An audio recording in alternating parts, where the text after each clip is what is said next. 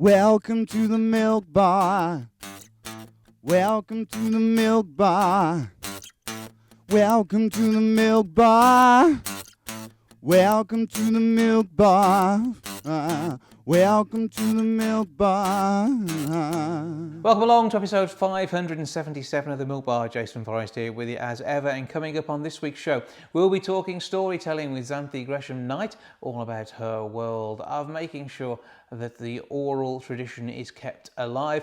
We'll be hearing from the team at CDS, Codswell Dramatic Society, after they had one of their productions postponed due to lockdown. They've got something very special coming up online for you in the not too distant future.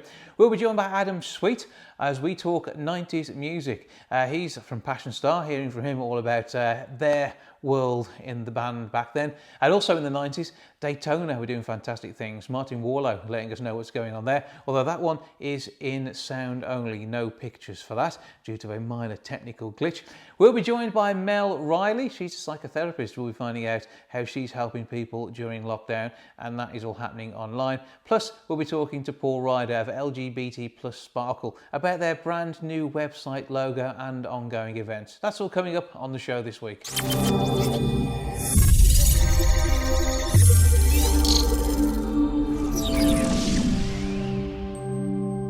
Somebody who I know is an absolutely excellent storyteller is Xanthi Gresham-Knight.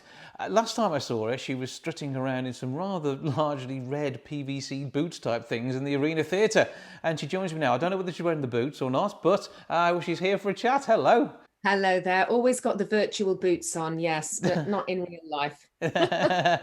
So, I mean, how is the world of storytelling at the moment? Because obviously we've been limited by the world as we've kind of become used to it over the last 3 months. But stories are a human way of interacting and talking about the past, the future, and the fantastic. Yeah, they really are. And actually, I think storytelling in its own way is thriving online. There are so many online storytelling clubs. And of course, they can attract international audiences. So people in our local storytelling club are as far away as Texas, and they've just found it online and coming in there. So in that way, it's thriving, but storytelling is eye to eye, mind to mind, heart to heart. Mm-hmm. And you can do quite a lot of that on video, but it is nice to be in the flesh. So how did you begin doing all of this in the first place? Oh, thanks for asking, Jason. Well, I was an actress and then a teacher, and nobody listened to me. I was teaching 5 to 7 year olds, and I had no discipline. And then a storyteller walked into the classroom, Ben Haggerty, and he sat down and told a story, and they were still very badly behaved, but I was enchanted and I knew that their badly behaved was actually really good. So then the next day I went into the classroom and told a story, and for the first time in, I think, 2 terms, they listened to me. So I've never looked back, because I know it's not me that could enchant children. It's the stories themselves. They've got like nutrients. So, but as the conduit that makes those stories happen, though, it is you, because storytelling is about the heart and soul of the person who is sharing that tale. And it maybe you tell the same story, but it's never the same twice, is it?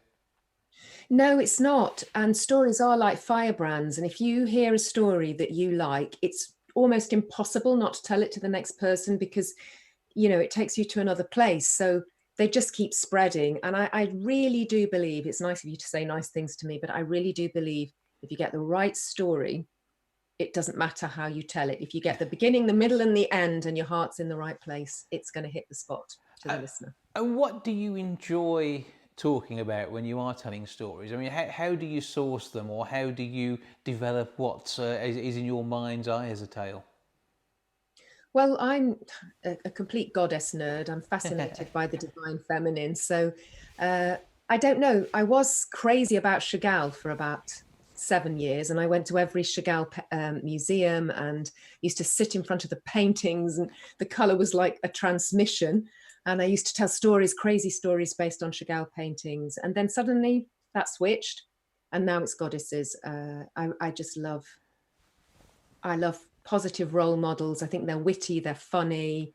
So I tend to go for mythology, but it might change. It's just what's ringing my bells at the moment. It's what works in your mind and the way you want to tell it. And are any of your stories based in, around fact, historical fact, even if it's sometimes fantastic historical fact?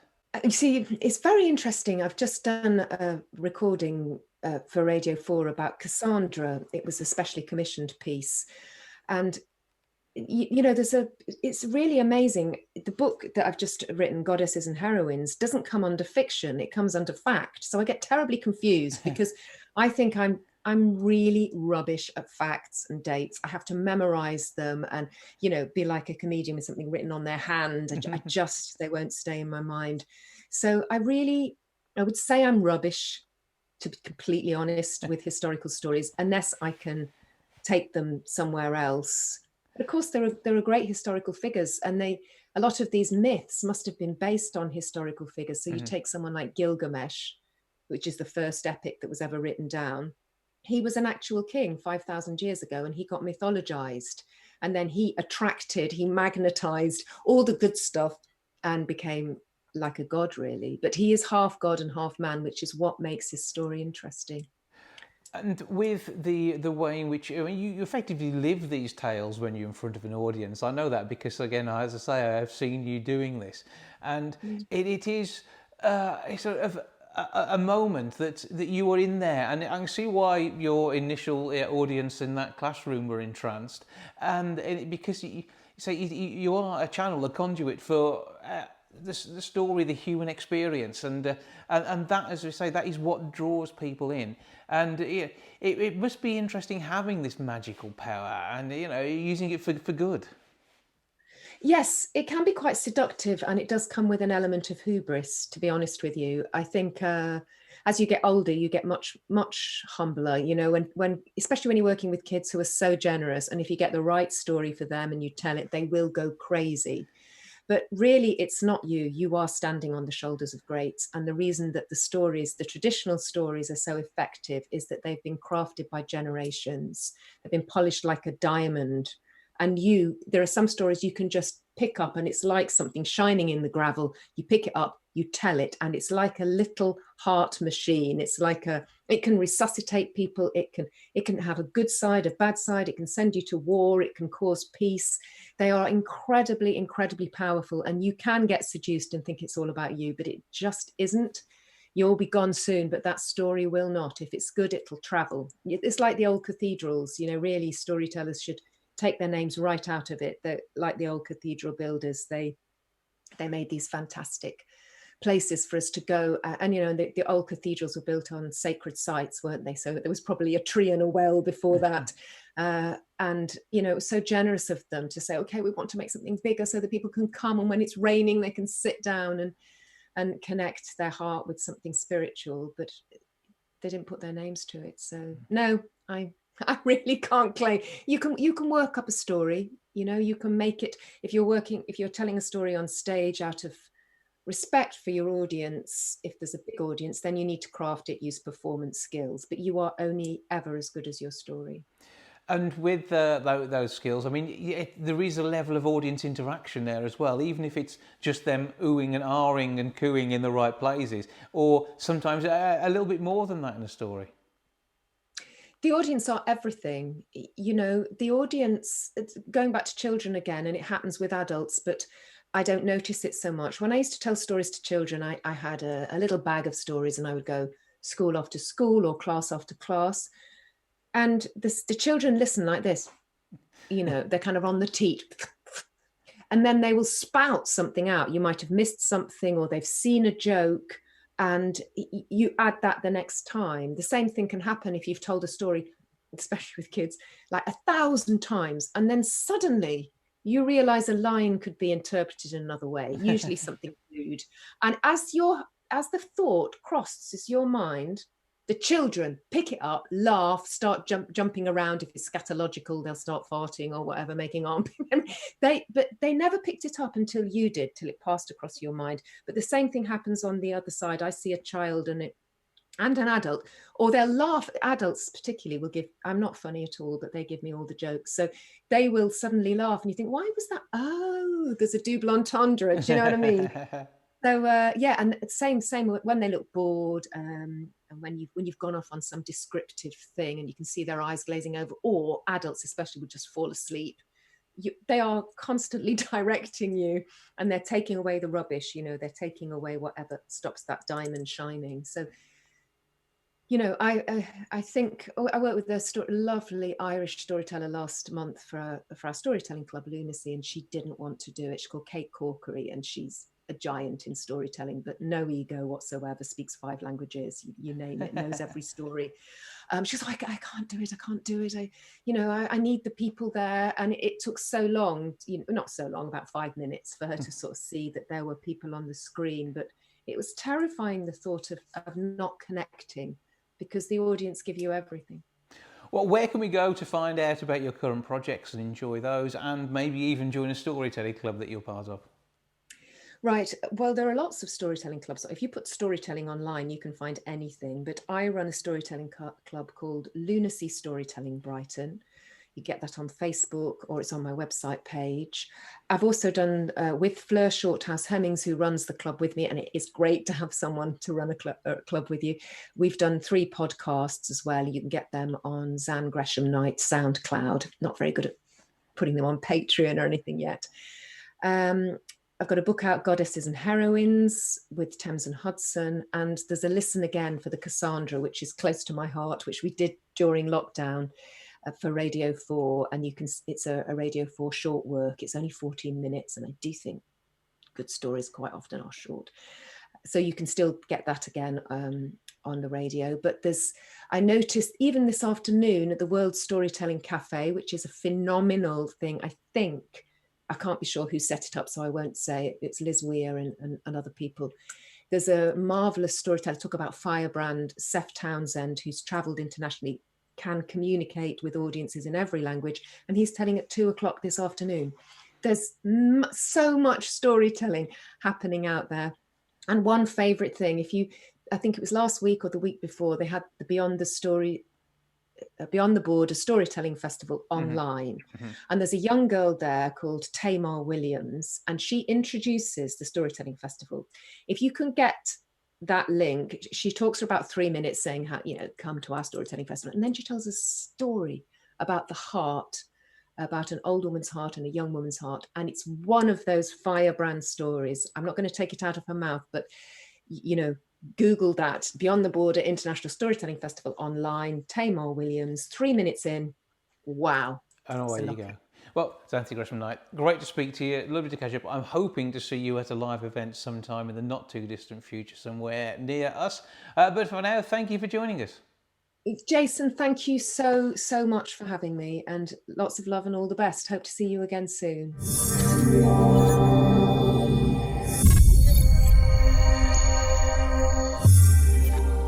Adam Sweet of the band Passion Star was one of my heroes in the 90s. He's an all-round nice fella, and he joins me now for a chat. Hello. Hiya. Now, it's been a few years since we last had a catch-up. Obviously, enjoyed the music back in the day, and I think it'd be good to have a little reminisce, wouldn't it? So, what's going on in your world at the moment?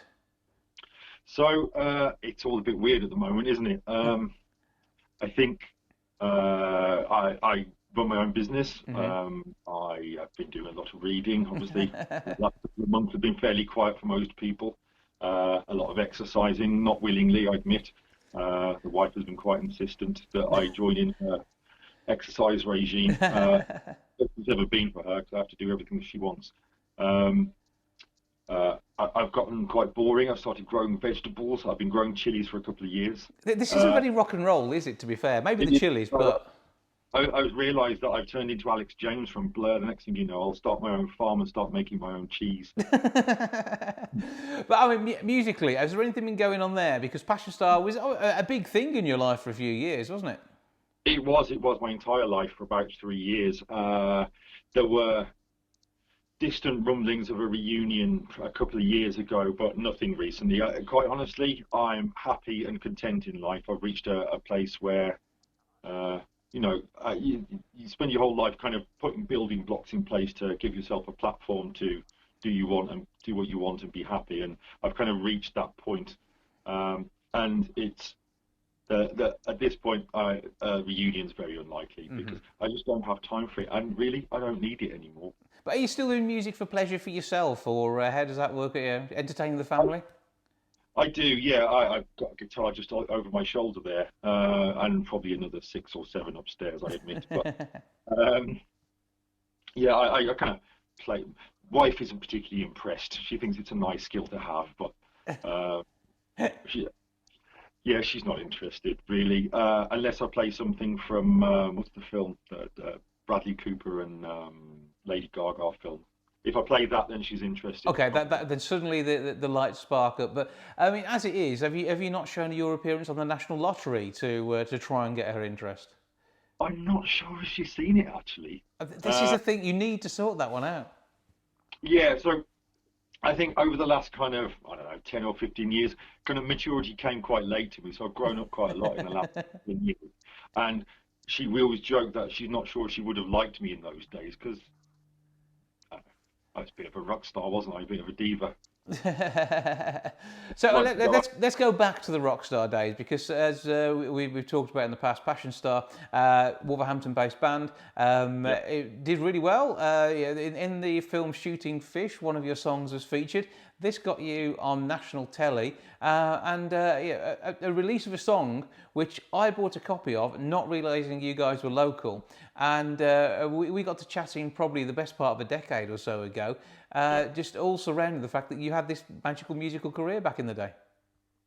Yeah, honestly, it was a wonderful time. You know, I always realise that people always they have their era in time, and they kind of musically they never. Quite often people don't move on from that, but I really do think the 90s was a kind of great era. The mid 90s for music was a wonderful time, and it was great to be a part of it and have all that kind of kicking off for myself. It was a brilliant kind of 3, 4 or 5 years, depending on where you place the pins. And I just did some amazing things that I forget that it's something I did sometimes. And, you know, you kind of 20 years later or whatever, and someone says something and you go, oh yeah, actually, I actually met somebody yesterday who said they'd gone to Sutton Girls' School. I went, oh, actually, we did a gig at your school like 20 years ago. And she was kind of taken aback. And I admit, school tours were normal in those days. It sounds a bit weird when you say it these days, but we did so many things. We did like Radio 1 road shows. We did, I remember playing the NEC, the Clothes Show live. It was a great time. I met a lot of famous people. I haven't got so many stories to tell that they wouldn't want other people to hear, but you know, it was weird. We were great friends with All Saints for like the summer of '96. We were everywhere. We did the Radio 1 road shows together, and they were unheard of at that time. And then, you know, every subsequent show that we did, you know, a big kind of event run by something like the BBC or some other radio station or something, and they would be there and it's like, oh, hi, how you doing? So you made mates, and some of that, I mean, just sort of dwindles and disappears. You mentioned about the near reunions you've seen, and are you basically still mates with the rest of the lads? Give us a shout out for the rest of the gang. Yeah, as it happens, I spoke to Rich the other day. Actually, he lives up north somewhere these days, in Cumbria, I think. We don't speak that often. Rich was our lead singer. We don't speak that often, actually, but we tend to catch up every couple of years. The other two, Gaz and Steve, I haven't probably spoken to Gaz in about 10 years. Again, you know, I was saying it about myself earlier, like kind of you reach this kind of point of contentment where you've kind of put the building blocks of your life in place and you've kind of made a platform where you're kind of happy and content and comfortable. And I think he reached that stage, I don't know, I guess 10, 15 years ago or so. Steve, I haven't spoken to, I don't think directly. Actually, we are friends on Facebook thinking about it. So, you know, we've exchanged the odd comment and said hello, but I haven't spoken to him directly or in person for 15 years. But say there's a lot of going on. You were probably living out of each other's pockets when you were doing crazy tours, staying in cheap hotels and enjoying life on the road. And the music industry was very different. I mean, you did go on a record company funded schools tour or a mini gig tour, and that was somewhat different to now, because these days most musicians are working heavily independently unless you're one of the absolute top echelon of the acts that are out there. And people are recording in their own home studios, which is normally just a laptop and a sound card these days. Yeah, I think I was watching the Oasis documentary the other day, and I think Noel Gallagher talks about how the kind of change. They played Nebworth, and he said the one thing that's striking when you see that back these days is that there's like nobody's got a mobile phone in the crowd pointed at the stage, and I think kind of the music industry has changed. I mean, admittedly, we were probably quite naive. We were like 19, 20, 21 in our heyday, and you don't realise that there's a lot of kind of business behind the background and a lot of ulterior motives that maybe you would never hear of. But I think these days it's probably a lot harder to get noticed. I mean, it was hard in those days, but we got picked up quite early by a record company, and they developed us for a couple of years. But these days, I think there's, as you say, unless you're an established act, then it's probably quite hard to get noticed. There's a lot of people working away in home studios and making a lot of music, but how do you get that to people? I mean, the delivery mechanism there, it's the internet makes everything possible, but how do you get noticed? It's unless you kind of, in the old days, you lent people tapes, sold tapes, the demo tapes at gigs and so on, and you don't know where they would end up. But I suppose, again, the transmission medium is there these days to make it a lot easier, but there's so much. I was having this conversation with somebody the other day. There's so much content these days that it's difficult to get your content under some people's nose and actually have their attention on it. Yeah. And to get yourself in a film, obviously with the record company working alongside you, I mean, that must have been good fun. I know you did premieres and the like. And that is something which it seems, unless you're an Adele or Lewis Capaldi, you're not probably going to get invited into that sort of stuff in the same way. Yeah, I have to admit that the invitations did dry up after a while.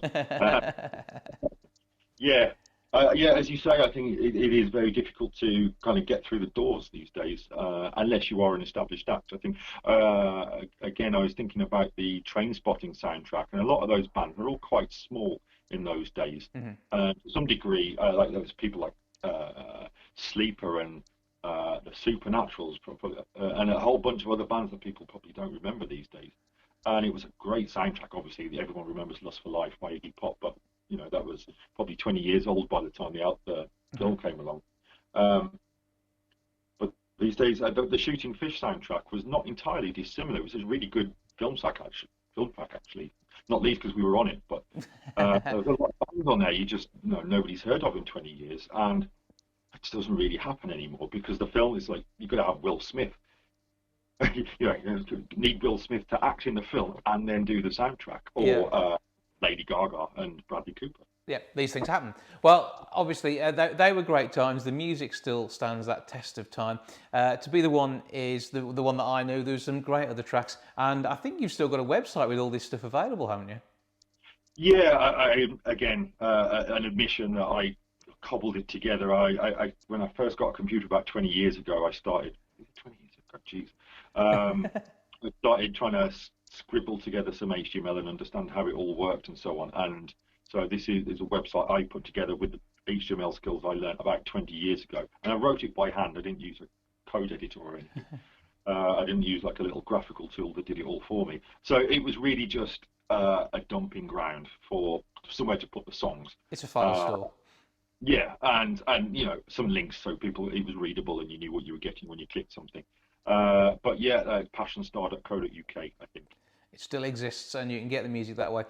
We are looking for that revival. Fingers crossed somebody will pick it up, and before you know it, we'll have the full back catalogue, some amazing footage of you performing with All Saints on a Radio 1 stage somewhere, and all this will suddenly appear.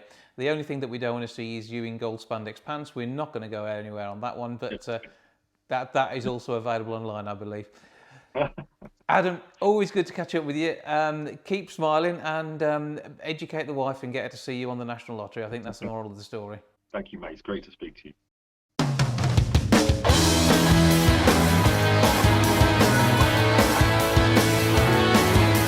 Thought about myself, and is there anything that anyone will like?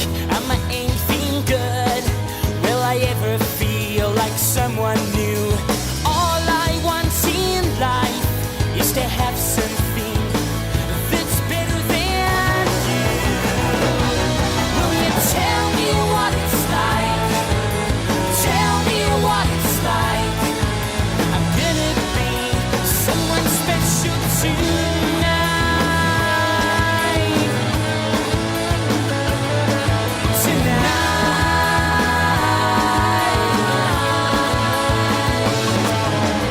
looked inside myself to see anything that all of you will like.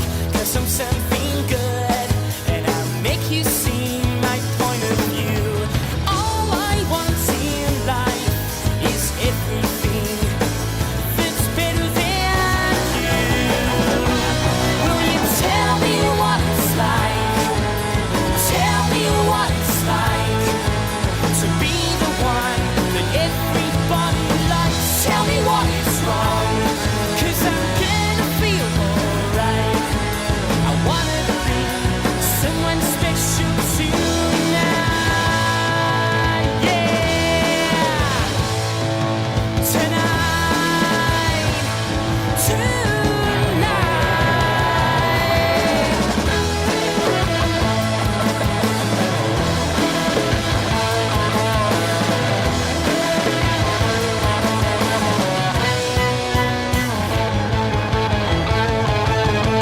Tell me what it's like.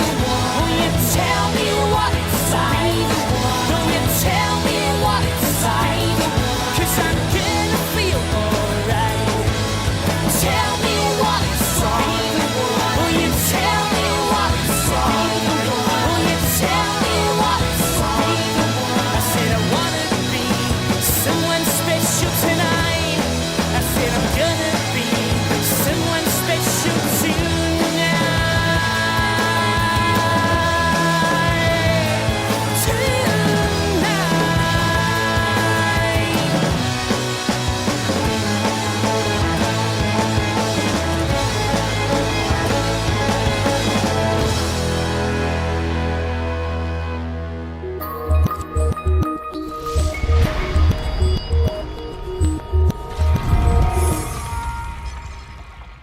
In the days before lockdown, the final preparations were being made by Codswall's Dramatic Society for their latest production. However, that was put on hold. But this hasn't stopped them getting together, meeting up and seeing what's happening. To tell us more about what's going on, I'm joined now by Wendy and Colin Peterson. Hello to you both. Hello. Hello there.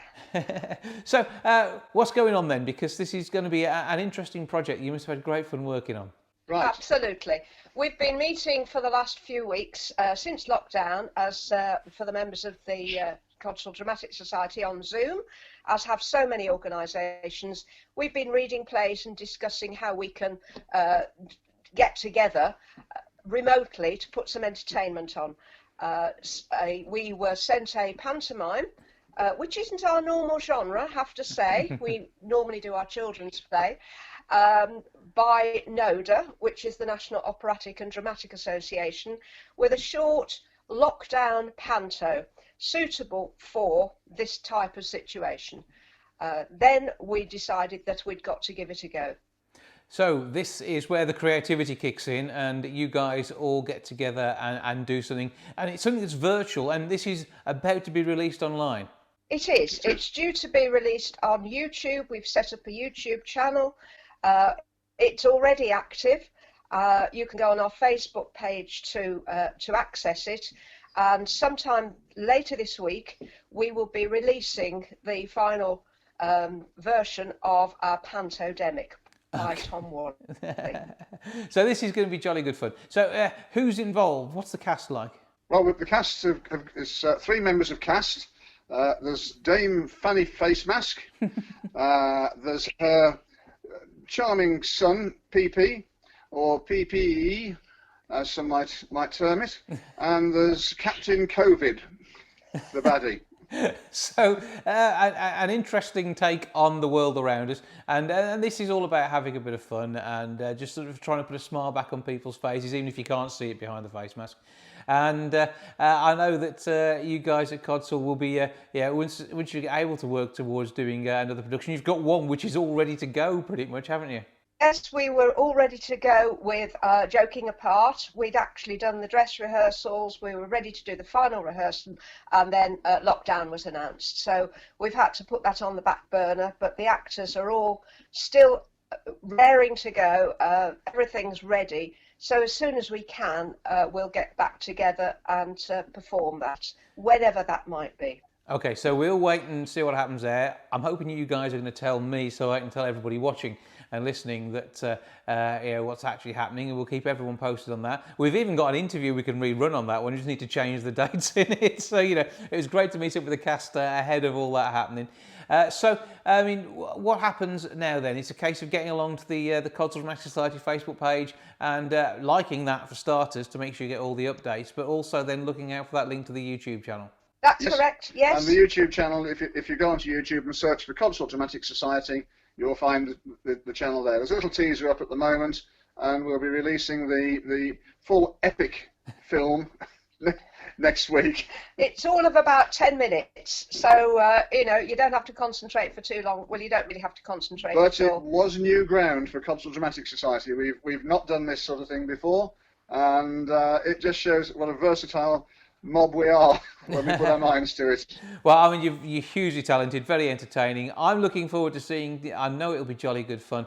And of course, keep up the good work, and we look forward to having you back in the real world in some form as soon as it's possible. That's great. Thank you so much, Jason. Thank you so much, Jason. Thank you. Bye-bye.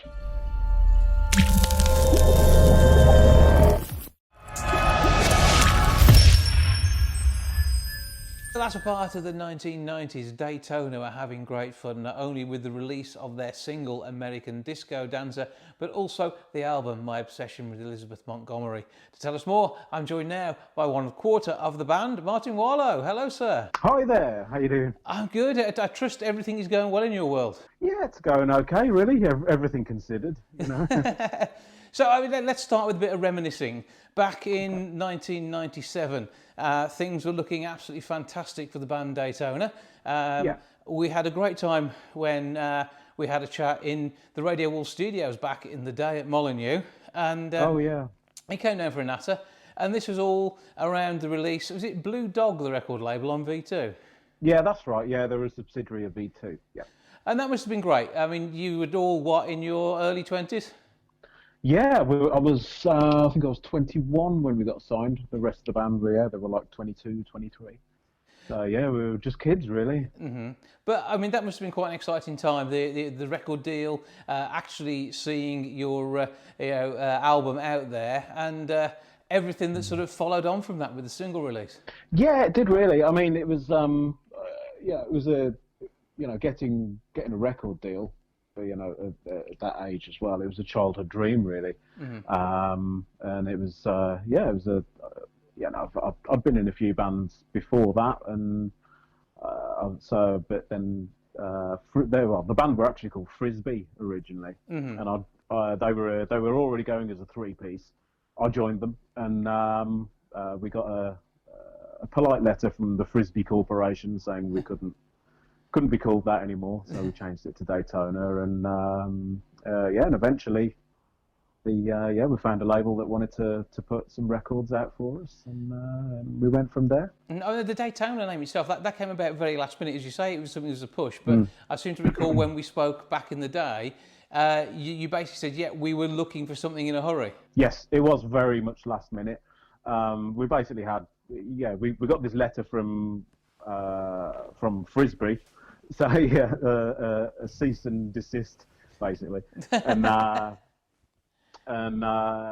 but we were, I think it was before we got signed, but I think we were printing some T-shirts or doing something that was going to be permanent, So it had to be done. Had to be quick, and so we ended up looking through the racing pages of the Express and Star, and just to see what jumped out of us when we were over a couple of pints in the Varsity pub. Happy days. Yeah. So give us a shout out to the rest of the band then. Who else? Because there was Ian. He was vocals. Yep. Ian Beasley. He was on vocals and guitar. Mm-hmm. There was Stephen Carter. Steve. He was the drummer. Yep. And Darren Dickens, who was bass and vocals. And a good team. The sound itself, the album, My Obsession with Elizabeth Montgomery, who was in Bewitched, I think, wasn't she? That's right, yeah. Well, it was around the time that we were writing songs from the album, and that, My Obsession with Elizabeth Montgomery ended up being a lyric in the song Caroline, mm-hmm. Which is on the album. And yeah, it's one of those lyrics that stuck out, and it was, it was the thing that we all kind of shared, like, because we gave up our jobs for that band, so but we we rehearsed every single day, but not until after we'd all probably, usually all of us had watched Bewitched at about 9:30. I think it was on Channel 4. Repeats on Channel 4 were fantastic. Yeah, yeah, and we all had, we all liked Elizabeth Montgomery. Understandably so. She was a very attractive lady. But I mean, the album itself, though, it was really cool for the fact that you did an intro and an outro, and it sort of harked back to a different age, and with the marketing, as it were, I suppose. But the sound itself was very fresh and still stands up today. Oh, that's very nice of you to say. Thank you. Yeah, well, because even though we had indie sensibilities, in the songwriting and the sounds, but when they recruited me, I added a bit more rock to the sound, and we ended up being a bit heavier than how they set out. So I think that was my input. Yeah, did Kerrang take some stuff on one of the magazines as well? Yeah, they did. Kerrang seemed to really like us. It was nice actually, because we were getting in the NME and Kerrang as well. So we were sort of, crossing that boundary, between indie and rock metal. Well, we weren't metal at all, but there was a rock element to what we were doing. But I mean, this was all around the time. It was the late 90s, and this was when suddenly the music industry started to stop spending cash. And there'd been a massive boost for Britpop and all the indie scene that went with it. That had been a big spend. But suddenly, the latter part of the 90s, unless you were already an absolutely massive name, the label seemed to take a step back, didn't they? And I think Blue Dog and V2, they pretty much, they got rid of about 50% plus of their roster. Yeah, it was... it was kind of good and bad timing at the same time, really. Yeah, like you say, it was the fallout from the Britpop era. So I think scene-wise, there wasn't an awful lot going on, really. They were just, most of the bands that were known at the time were survivors from Britpop, really. So but we tried to bring something fresh.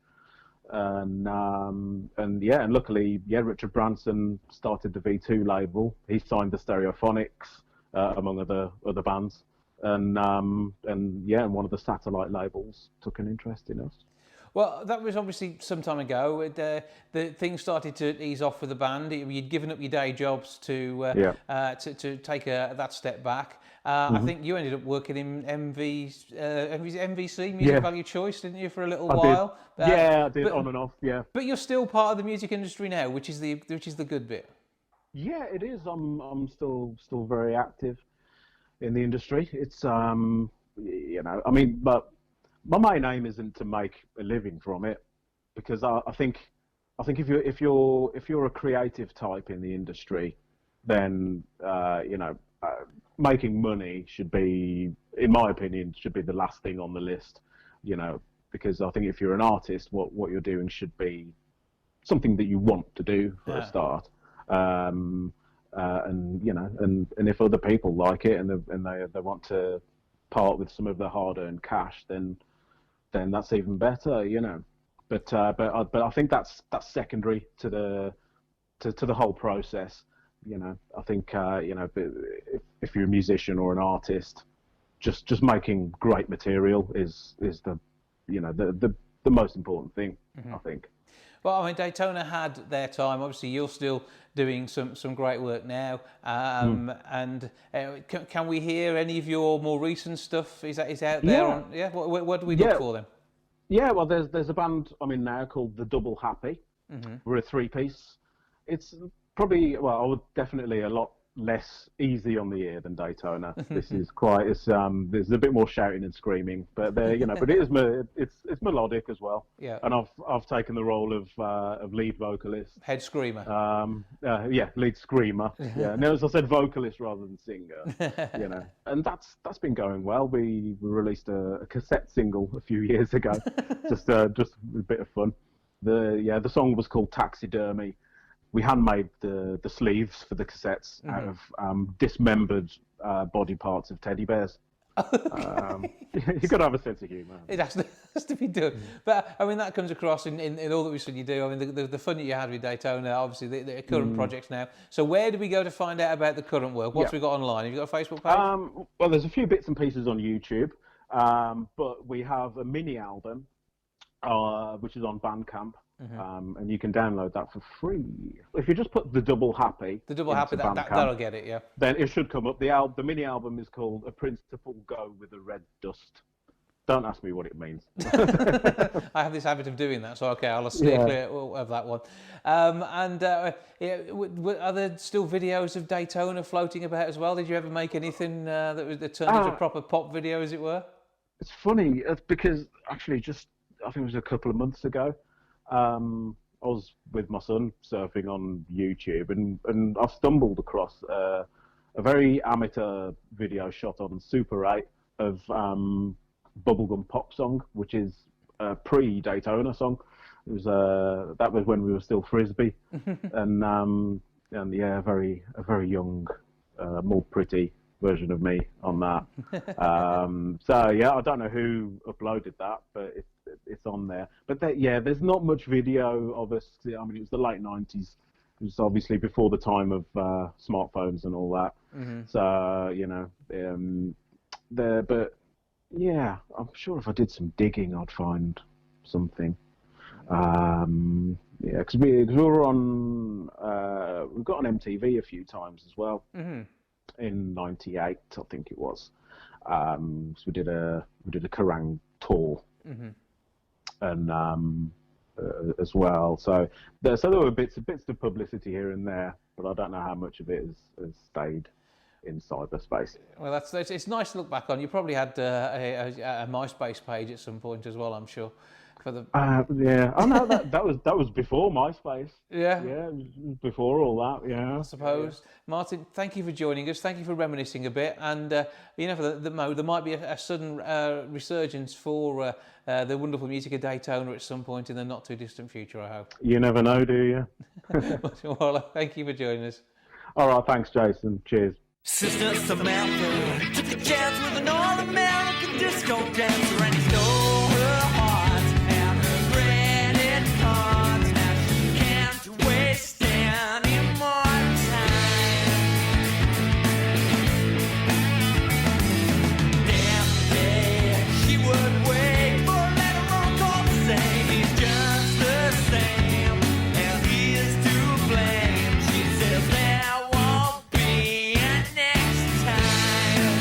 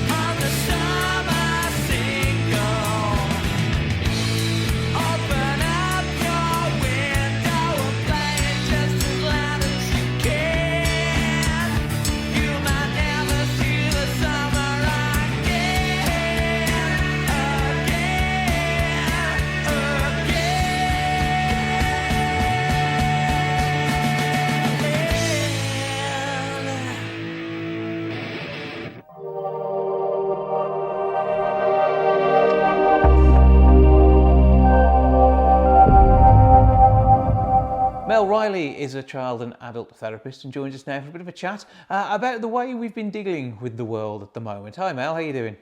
Hello, I'm fine, thank you, Jason, and thank you for having me on. Well, good today. to talk to you. And I mean, it's a difficult world just at the moment, and not one that really, I suppose, any of us had expected to find ourselves in 2020.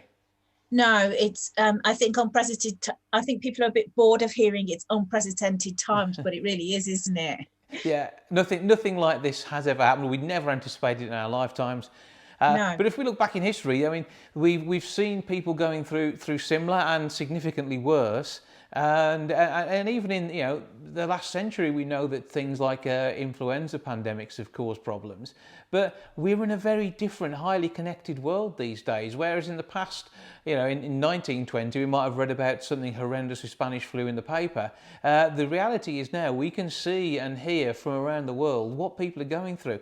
And even if it's not affecting us directly, then we still can be severely affected by what's happening. We are indeed. I think we're probably more connected and disconnected than ever before. And I say more connected because we have more ways to stay in touch, but actually our communities, I think, over the years have got smaller. So that brings its own difficulties. Mm-hmm. And the way in which people communicate obviously makes a massive difference. The internet has both helped and probably hindered too. Yeah, I think we can stay in touch with people anywhere in the world at any time of the day, but I don't think it fills us up as much as those kind of in-person connections that we have. And so actually, us humans are wired for touch. We're wired to hear each other's voices. We're wired to be in the same space and share energy. So whilst we can have contacts through things like Zoom, we're often left tired after those rather than energized. Yeah, screen time, I mean, there's a reason why most of our devices now tell us how long we've been on these things all the time, because it can have a negative impact. Not only the whole blue light scenario where, last thing at night, it can really mess with your head and disrupt your sleep patterns. And even that in itself can affect your day-to-day outlook on the world, can't it?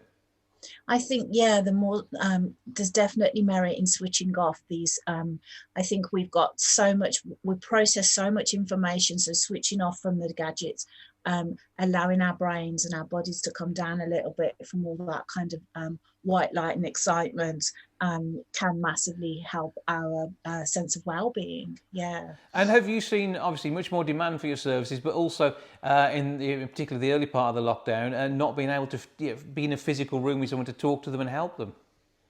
I think personally my clients had to come to terms with the fact that they couldn't have me, and so we had to move to online, which some embraced, some didn't like so much.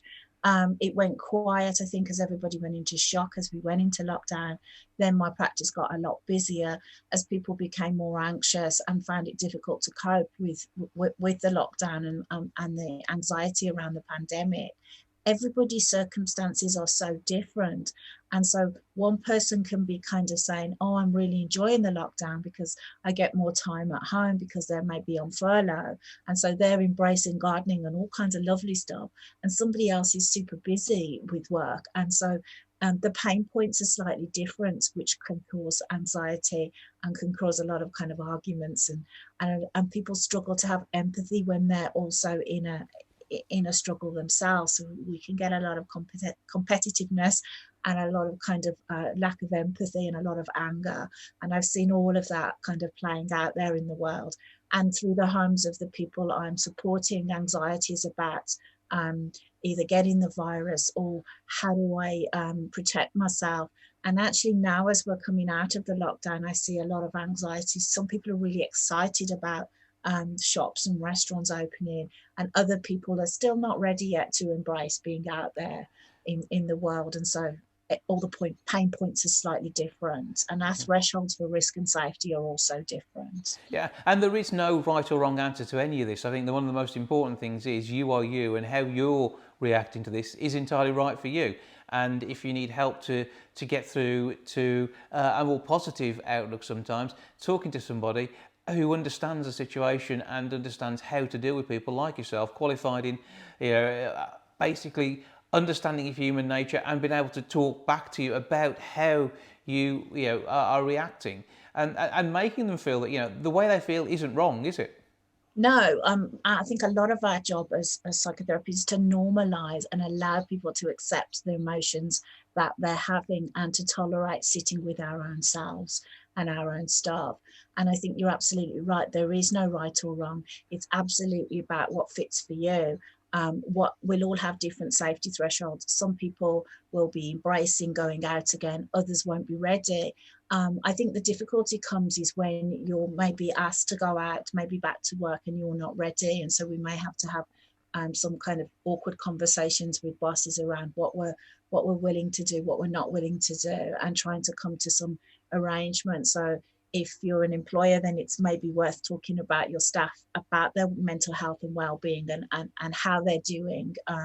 There's lots of assumptions at the moment that maybe people are okay.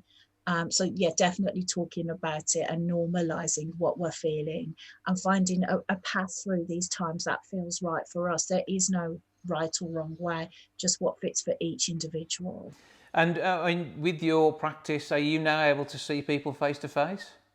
I've chosen not to go back to face yet. I'm still online for now because I'm not yet comfortable in having clients back into my home. I have a partner who is in the at-risk category. So, and that's something we don't sometimes think about is we may be well or healthy, but actually it's not just about us. It's about what risk do we then pass on to others who we live with.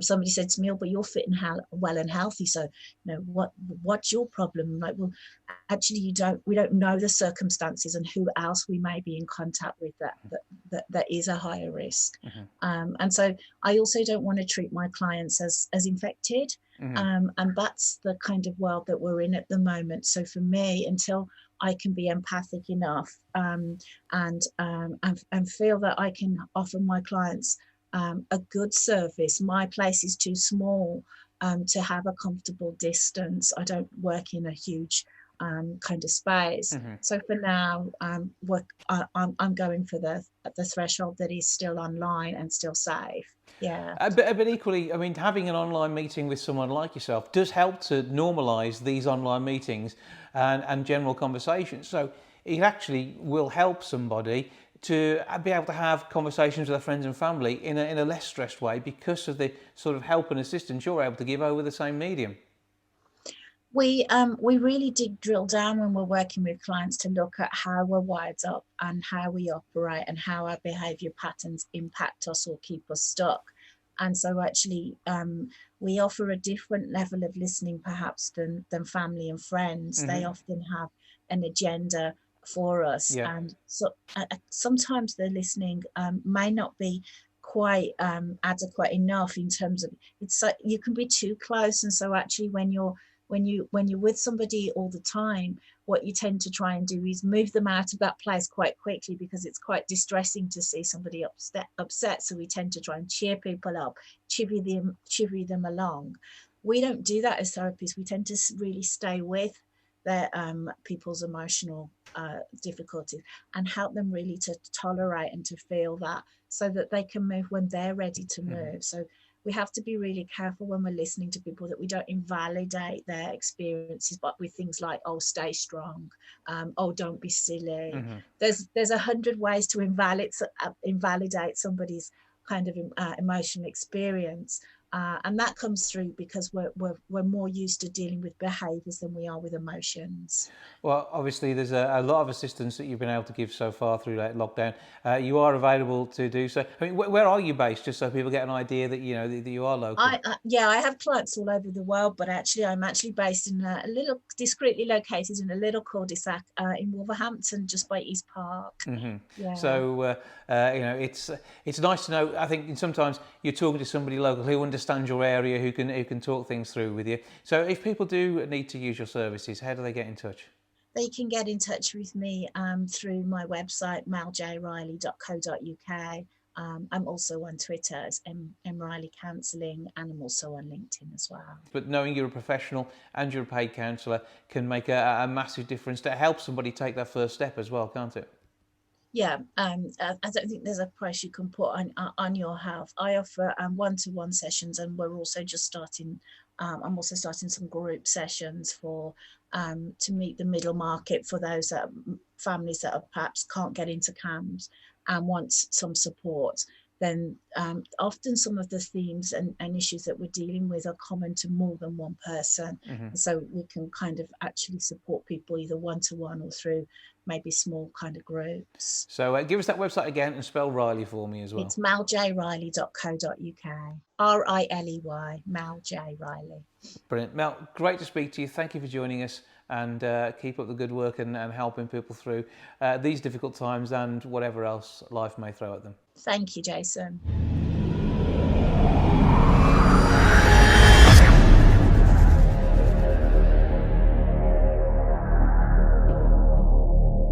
LGBT plus Sparkle have been continuing their online meetings throughout the lockdown period. Also, they've got a lot more going on, both online and potentially in the real world. To tell us more, I'm joined now by Paul Ryder. Hello, sir.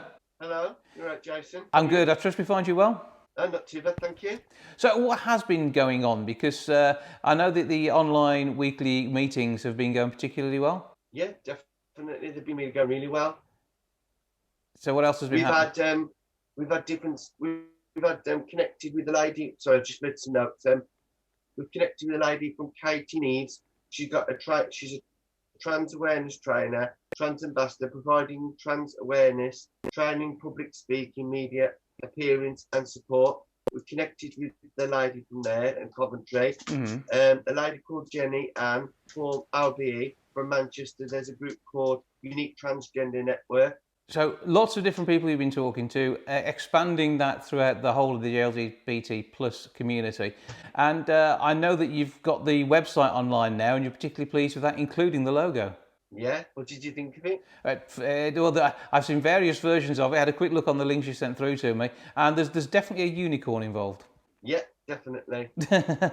So, you're pleased with that, and you've got lots more going on with the links that you're making. So what else is happening at the moment? Well, we've connected with Caldwell Children, based in Staffordshire and across the West Midlands. And they've actually connected with us, and they said we're going to actually put them onto our website, because they said we'd like to work in partnership, and they're going to find out, because obviously there's LGBT parents with kids with autism and complex needs, so he's going to find out the stats for us. Okay, so that'll be interesting to look at the numbers, and again, it's about the inclusivity of the group, getting more people involved, and really just having a place where people can come together. Yeah, definitely. That's why we brought it. Sorry, I can't get the words out. That was the whole purpose why we put it together, to reach out. Okay, so with the work that you're doing at the moment, what have you got coming up in the next week or so that people will be able to join in with online? We've got a speaker. I said Jenny Ann from Manchester. There's two transgender people there. They're going to tell them their story, what it was like to come out as trans. I think we've got a lady, Pinky, I think her name was, from Pakistan, and she couldn't come out as trans because they kill you over there and stuff like that. So she's going to mention her story. Then we've got, sorry, excuse me, and then a lady called Zen, and she's going to tell us her story. That's the next upcoming weeks, 2 weeks, our next speakers. And you say meet online, and that's each Thursday, isn't it? Yeah, every Thursday.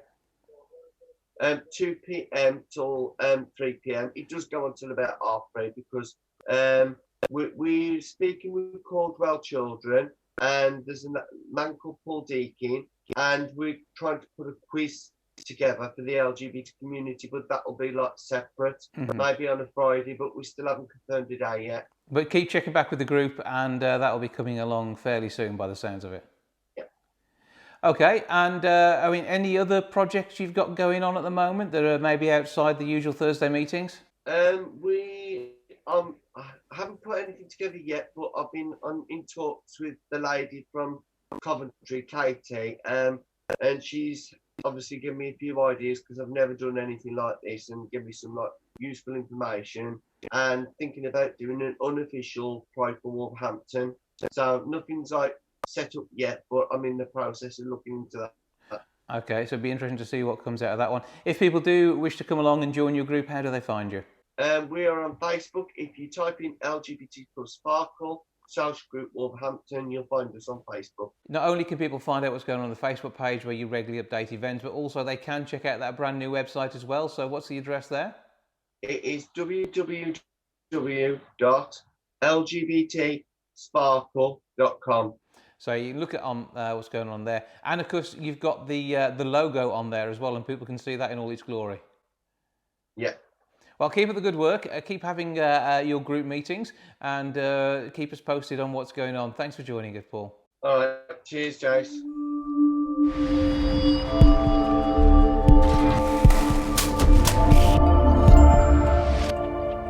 Well, that's all for this week. Thank you so much for joining us. Back with episode 578 next week. I'll see you then. Ta for now. Goodbye from the milk bar. Goodbye from the milk bar. Goodbye from the milk bar. Goodbye from the milk bar. Yeah. Goodbye from the milk bar. Yeah.